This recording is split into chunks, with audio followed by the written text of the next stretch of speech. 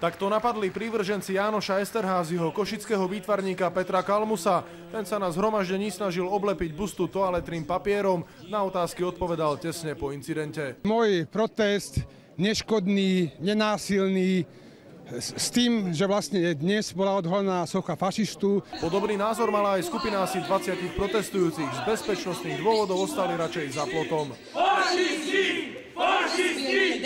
Fašisti!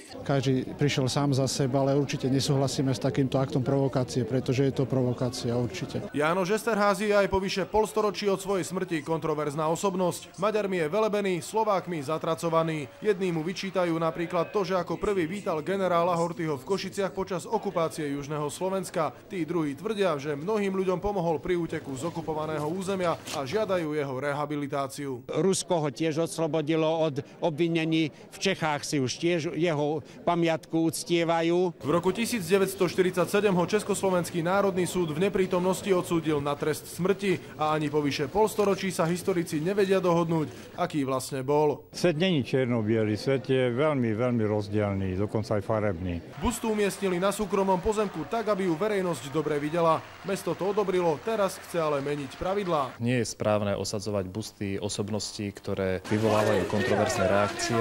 Takúto bitku však asi nikto nečakal. Útočníci z Maďarska sa síce tvárili ako hrdinovia, no skončili na policajnom výsluchu.